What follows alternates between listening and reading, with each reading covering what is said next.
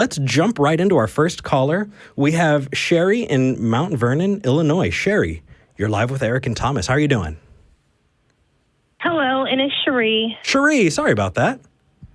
That's okay. All right, so what did you want to talk about today?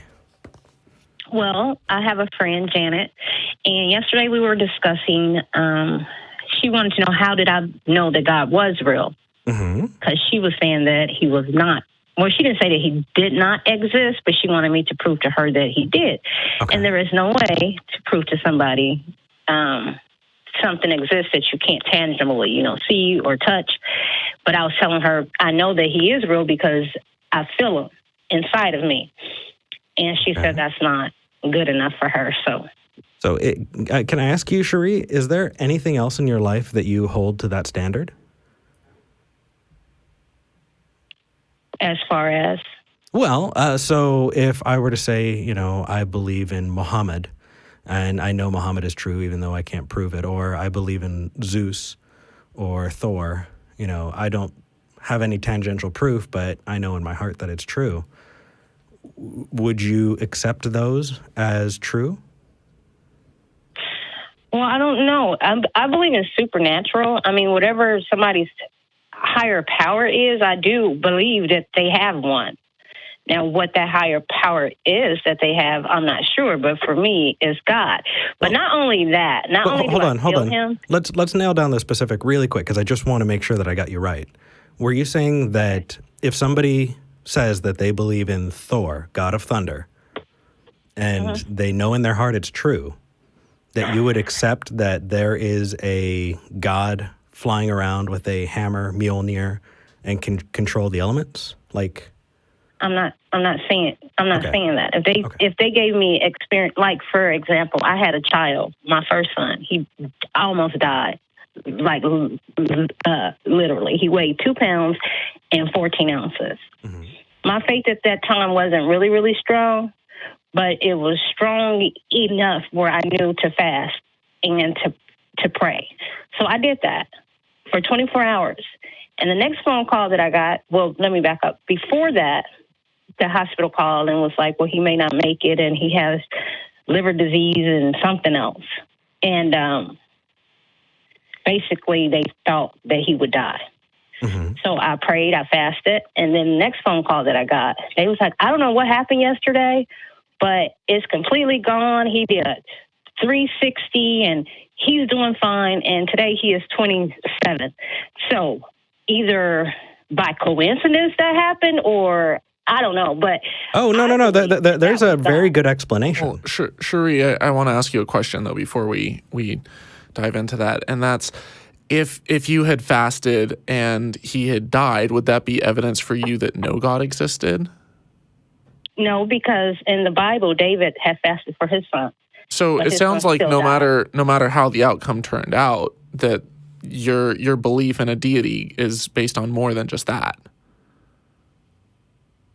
It's just experience afterward. I've seen several miracles, not just one, but many when people call upon God. Tell us I have seen it work. Tell us the most convincing. Yeah, what's your best?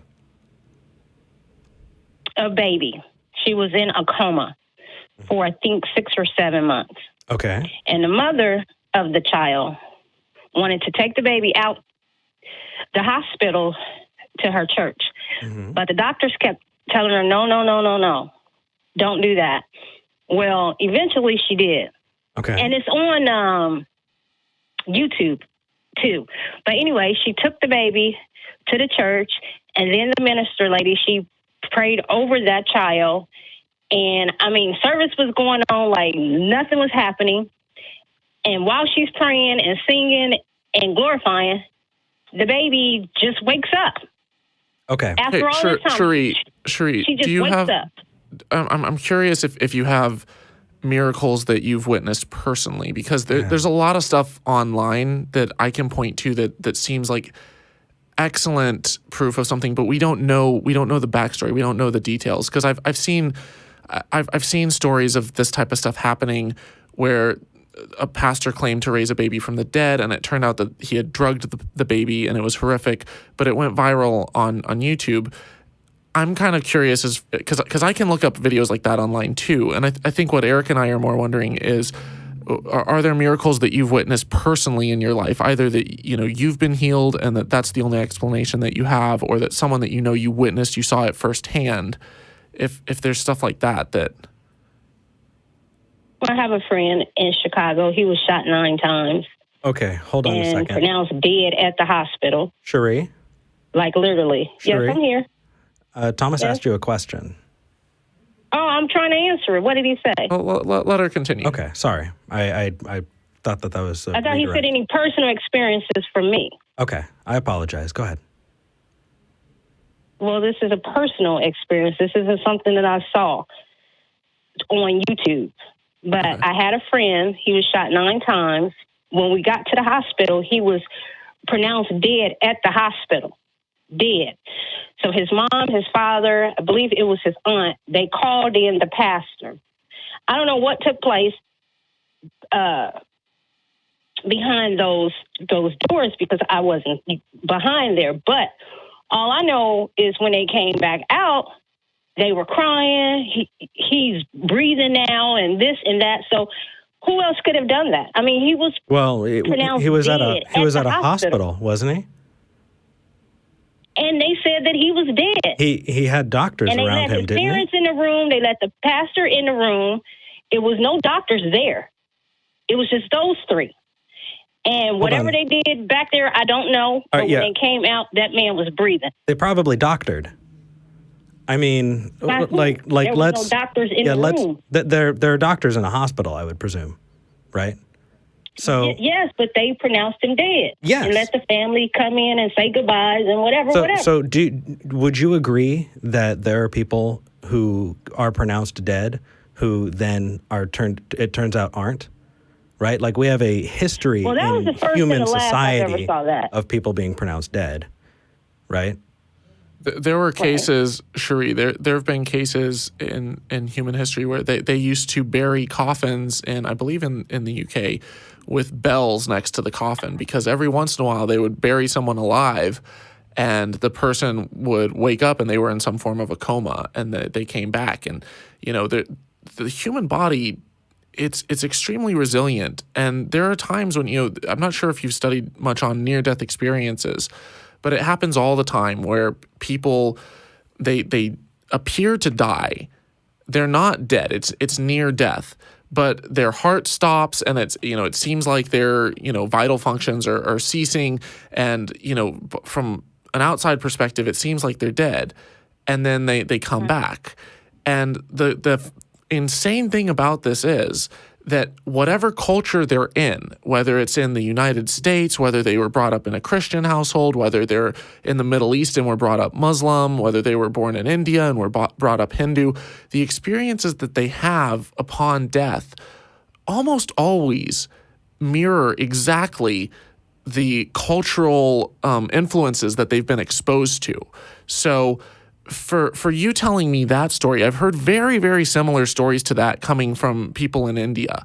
And to them, that's a just absolute proof that, Shiva and Brahman and all these other gods are real, and that the Hindu afterlife is real.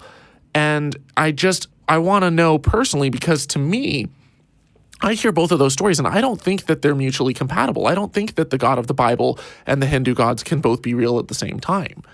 And if one is saying that the other is wrong and they can't both be right, is it possible that they're both wrong and that there's something going on neurologically in our brains, all of the chemical storm that's occurring?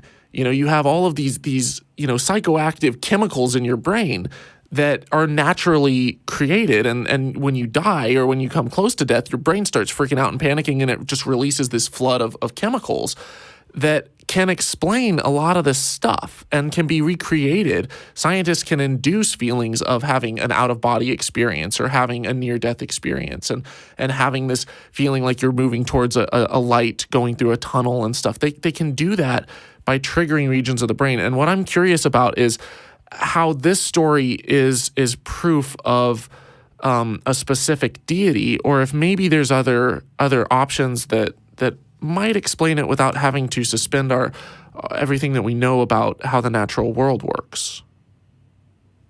Well, like I said, that's just one of many experiences. And before we go any further, I used to be just like you. I didn't believe. I was not raised to believe in not only God but in nothing. My household was horrible. Sheree, and I found God on my own. Sheree. Yes. You know nothing about us. Well, I really don't want to know anything about you because you're going with something that is against what I Thomas believe. and I were both born and raised Christians. Well, I wasn't. So we're nothing like you. We are total opposites. We come from very different backgrounds. That doesn't mean that we can't explore how the world works together and hopefully get but somewhere. I'm saying I'm opposite from you. You two were raised Christians. I was not raised that way. Right. So we came from two different backgrounds totally. But we live in a world. I didn't get to be a Christ-like individual until I got older. Sheree, which I found God by myself. We both not live because I was taught or forced to know God, because that's not true for me. We both live in the same world with the same facts, right?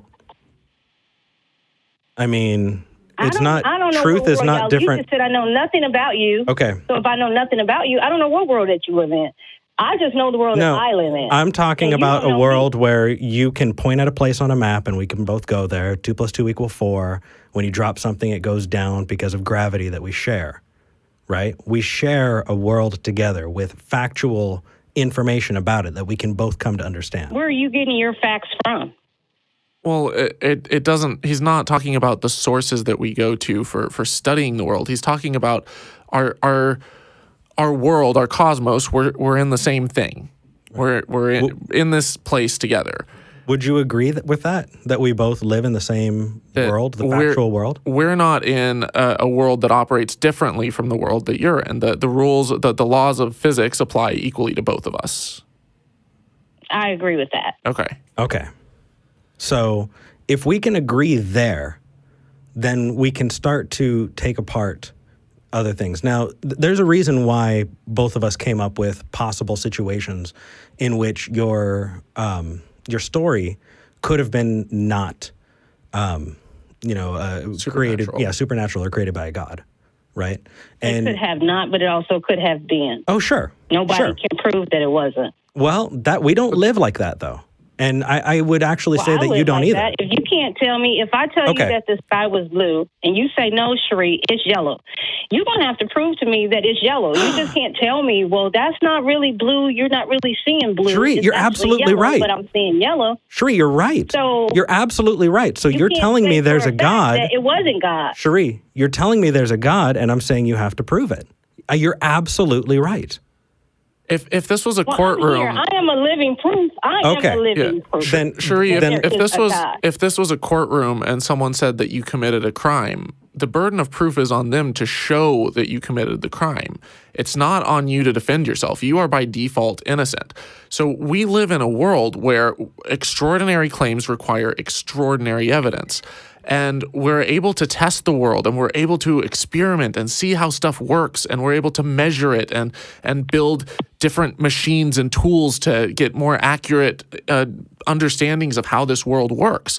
And so to come along and say that everything that we know about the natural world is suddenly turned on its head and that there are these supernatural things that can't be explained except for by a deity, that's an extraordinary claim.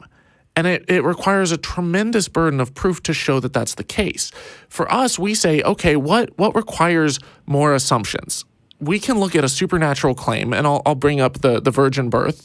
We can say all the laws of anatomy and biology and genetics and how fertility works and stuff. If we have to throw all of that out the window to assume that there was a virgin birth.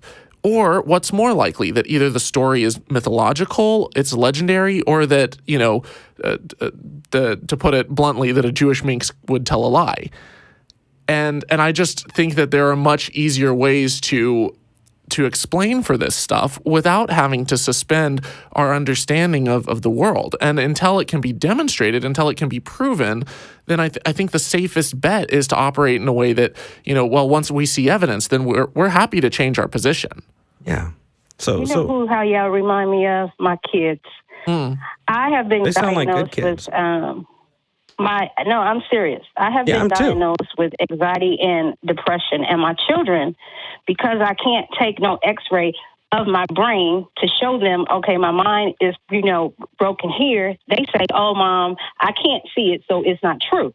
Whoa. There is no way I can x-ray my brain and show them, okay, it's broken here, because I cannot do that. Okay. But just because I cannot do that does not mean that it's not true. Okay. My feelings, the way that I feel, the doctors feel like, well, you must have this or you must have that. Sheree? Yes? So I feel like we're talking past each other, and I want to address this, right?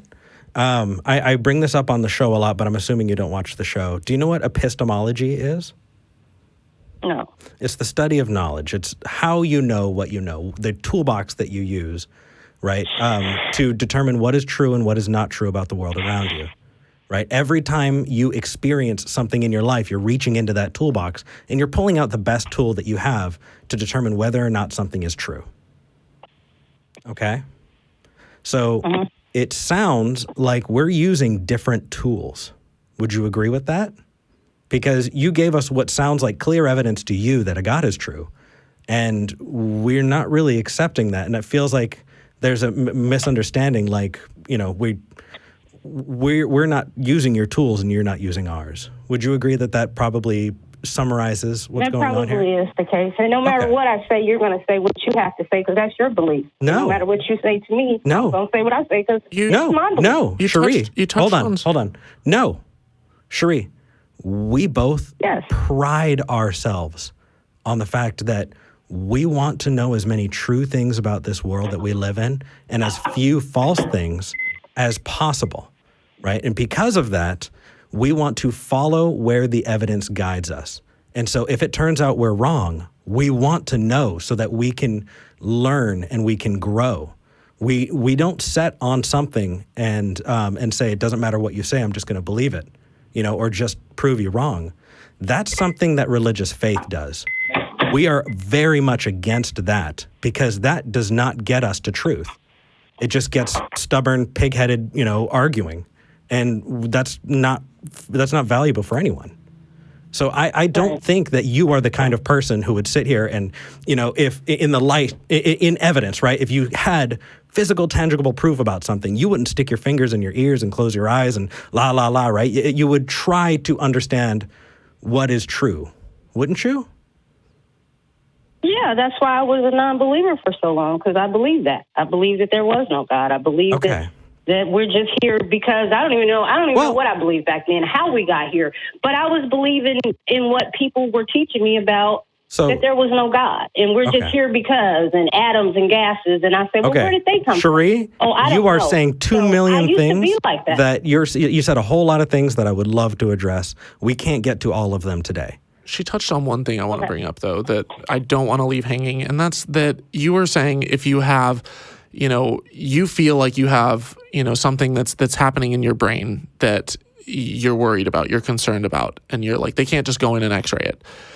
First of all, if you're concerned about something with your brain, I would recommend getting an fMRI. You can get brain scans. You can go and get stuff tested out. I had all that stuff. I got anxiety. They put me through everything. The other thing is, just because you can't see something physically, there are other ways to test it. There are other senses. There are other things that we can, if someone comes along, we don't have the entire field of neuroscience it's a very brand new field. It's only been in the last few decades that we've really started to kind of peel back the layers of the onion to understand how the brain works. And we don't know exactly how the brain works. We know certain regions are associated with certain functions. We know that without a brain, you can't live. We know if you get hit in the head, you go unconscious. We know that it's all rooted in this brain. It comes from the brain, but we don't know the details of how. That doesn't mean that we can't test it.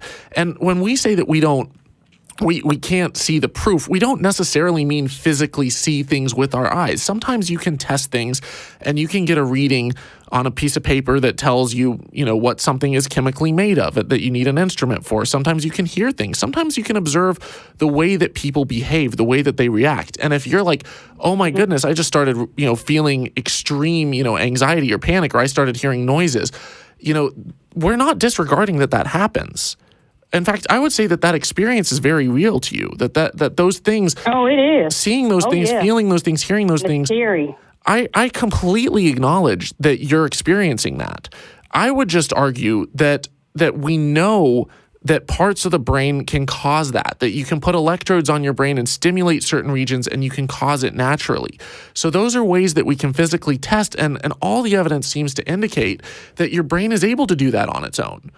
And so because we can all have these experiences, and you can have, a Sufi Muslim who's in this, trance-like state, who's experiencing a very similar thing as Pentecostals when the music comes on, and they all describe it the same way.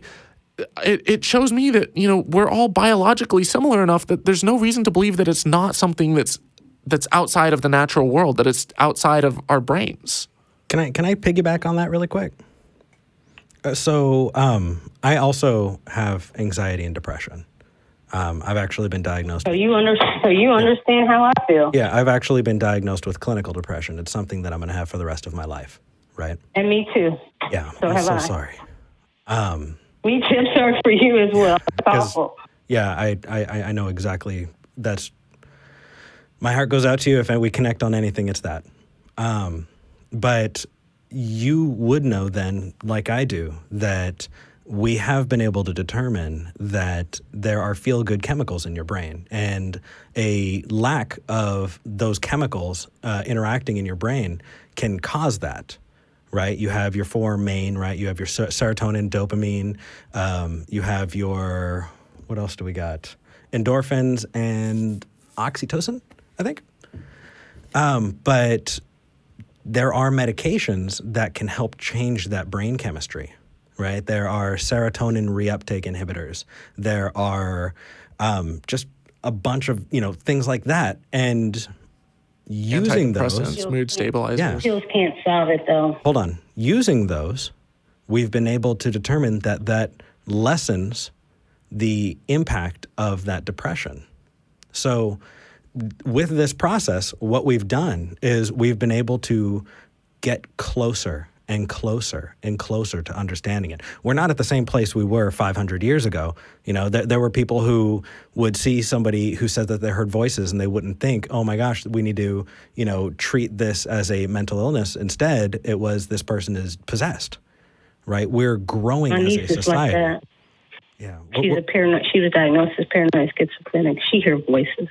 And we understand now that there's a biological component, a chemical component that we can treat together, right? And I'm sure you would agree with me that there are people who say they can hear Elvis or whatever. And, but not what I'm trying to say is not everybody who hears voices is actually hearing, spirits or something like that. And so what we're doing is we're going back to that toolbox, and we're determining how can we tell one from the other, right? Mm-hmm. And so I want to give you just a few pieces, and if you don't think they're good tools, then you don't have to use them, but they've been very good tools for me, okay? So the main one that I want to give you right now is, the saying is what is it? The plural of anecdote is not evidence. And what that means is, if you have a whole bunch of people who are saying, oh, hey, this is true, that doesn't necessarily make it true. I mean, I think that if you're a Christian, you could probably agree with me that there are a lot of people who believe faiths that you don't believe in. They say it's true, but you would say that that's not true, right? There are I don't know. They're spirit healers. I can't say that for sure, because when I was in the hospital or working there and the nursing homes, when people lay close to death, the Christians, they will always, literally either ask me or say they see angels, or some of my patients, they had dementia. They didn't even know their own spouse's children when they came, but yet they know long lost relatives, and they tell me, well, they're standing right there. When I'd be like, well, where is she at or he at? Don't you see George? He's standing right there with the angel. And this is like several occasions that this has happened. And I'm like, Sure. Everybody don't have the brain. Actually, they do. Brain waves. No, actually, scientifically, it's been proven that we don't. Well, hold on. If we had the same activity, like I forgot your name, but if we all had the exact same, everybody. My name's Eric. Eric would be depressed. Everybody would have schizophrenia. Everybody would have, but we don't because our brain. Well, can I tell you that takes what I said out of context. Can I take the science of that real quick and lay out where it's the same and where it's different? Yeah, please. The neurons, the way that neurons are built is the same in every single human. The way that the neurons are organized is different. And the chemical balances are different from person to person. So all of us have serotonin. All of us have dopamine. All of us have these chemicals, and the chemical structure of these chemicals is identical from me to you to someone on the street. And it's the difference is in the quantities. So I might have a lesser amount, or I might have fewer receptors, or my neurons might be organized a little bit differently. But as far as the hardware, the basic hardware, all of our brains, we're working with the same materials. We're working with the same stuff. So when a doctor studies someone's brain, they may be able to run do a genetic test and map out your genome and say, hey, you're more likely to respond better to this drug than someone else because you're more likely to have this genetic illness than someone else. But what they're doing, they're not saying your brain is completely different. It's like an alien brain and it doesn't even have these chemicals. They're looking and they're saying we know enough about how these chemicals work and how brains work to figure out what's different from yours from someone whose brain doesn't have this condition. That's actually exactly. exactly. We don't all have the same, so for them to all see the same. But we all have human brains. Well, you know what? I would love to keep going, but I really do have to get ready for work. But we all are genetically together. DNA. Yeah. From animals to humans to everything. How is that possible? The Bible teaches me that Eve is the mother of all living. There's no way I can have anything from me to you if we're not connected some way. That's not possible. I think that is a wonderful claim that there's evidence that you need to actually show. But I think that is a wonderful, wonderful place to end it. Because, Sheree, hold on. Then we are we got the same DNA. So, going back, I'll say that it is better when you don't know something to say, I don't know.